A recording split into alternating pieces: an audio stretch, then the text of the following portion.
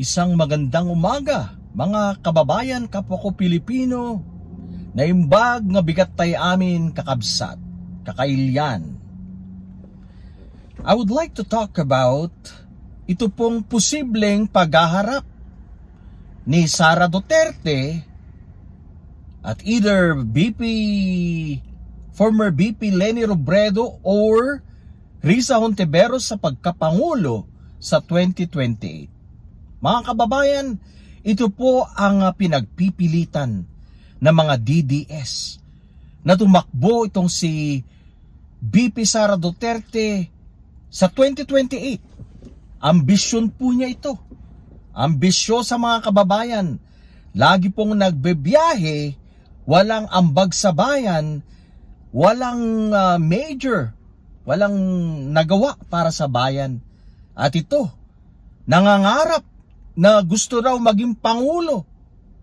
Mga kababayan, napakalayo po ang agwat ni Risa at Sara Duterte or agwat ni Leni kontra kay Sara Duterte, mga kababayan. Bago po tayo magpatuloy, gusto ko pong i-shout out kayong mga matitinong Pilipino, kadagiti Ilocano, kastamatan, yung mga ating pong mga kababayan na nasa iba't ibang dako po ng daigdig. Special mention kay Richard Soriano, ang nagbigay po ng aking maganda at malinis na gupit. Maraming salamat, Richard Soriano, shout out sa'yo. Mabuhay ka. Alright mga kababayan, balikan po natin itong ating issue or topic. Na yan po ang nakikita ng karamihan na magkakaroon po ng paghaharap sa pagkapangulo, either si Risa kontra kay Sara Duterte or si Leni kontra kay VP Sara Duterte. Malayo po mga kababayan, milya-milya ang layo ni Sara Duterte kina Leni Robredo at Risa Hontiveros. Magpakita nga kayo ng resibo, magpakita nga kayo ng proof, mga katunayan na may magandang nagawa si Sara Duterte sa ating bayan. Wala mga kababayan, zero, itlog. Wala pong nagawa si Sara Duterte. Mahina si Sara Duterte, mahina ang kukote niya, hindi niya po kaya.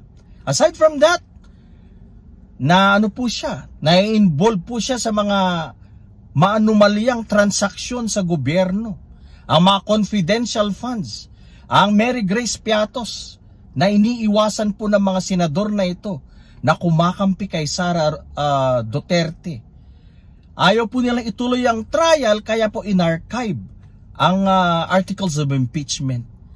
Wala, malayo po itong si Sara Duterte. Wala po siyang mga magandang nagawa para sa bayan. Wala siyang naiambag para sa bayan. Kung meron man, yan ay ang pagsira, laging paninira sa administrasyong Marcos. Diyan po siya magaling ang manira. Diyan po siya magaling ang mangulimbat. Diyan po siya magaling ang magbiyahe. Magbiyahe, iniiwanan ang kanyang mga constituents, mga taong bayan, habang hinahampas ng malakas na bagyo ang Pilipinas. Kaya mga kababayan, sasabihin ko ito sa inyo, na itong si Sara Duterte, hindi po yan karapat-dapat. Sa mga nagtatanggol kay Sara Duterte, ito lang masasabi ko. Meron po silang tama sa ulo. Mangmang lang. Mangmang, may tama sa tuktok ang mga taong dumidepensa kay Sara Duterte. Alam nyo, gusto niya pong makatakbo, makabalik sa pwesto itong si Duterte dahil ito lang po ang the only way para po matakasan nila ang kaso ng kanilang pamilya. Tatay niya, mga kapatid niya, at sarili niya mismo. Marami po silang kaso mga kababayan. left and right ang kaso ng mga Duterte. Marami po, lalo na po sa plunder, mga ikinaso ni former Senator Trillanes sa pamilyang Duterte and allies.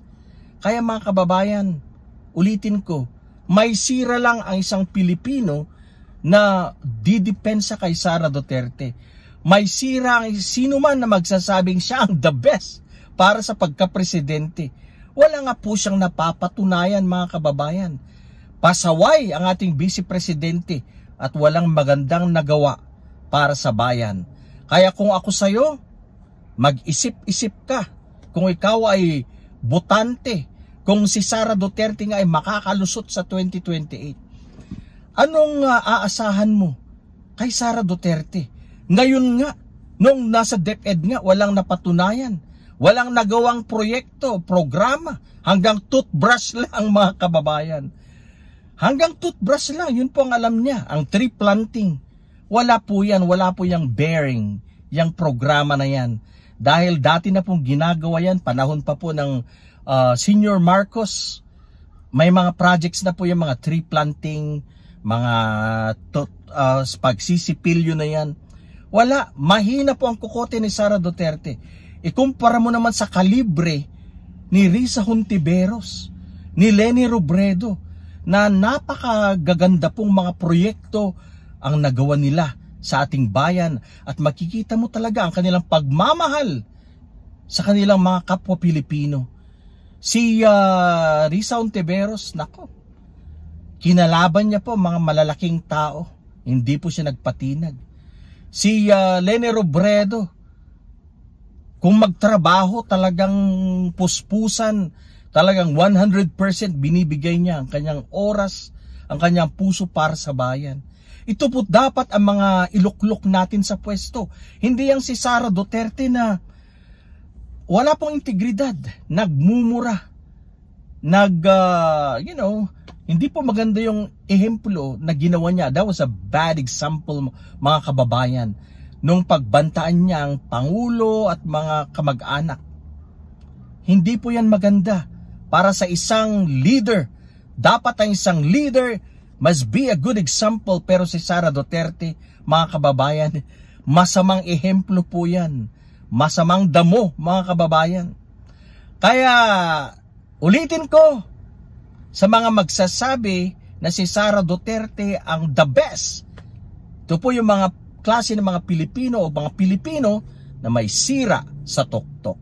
Alright, marami pong salamat sa panunod po sa ating maikling video para po sa comparison nila BP Sara Duterte at saka nila Leni Robredo and Senator Risa Hontiveros. Mabuhay po ang mga matitinong Pilipino.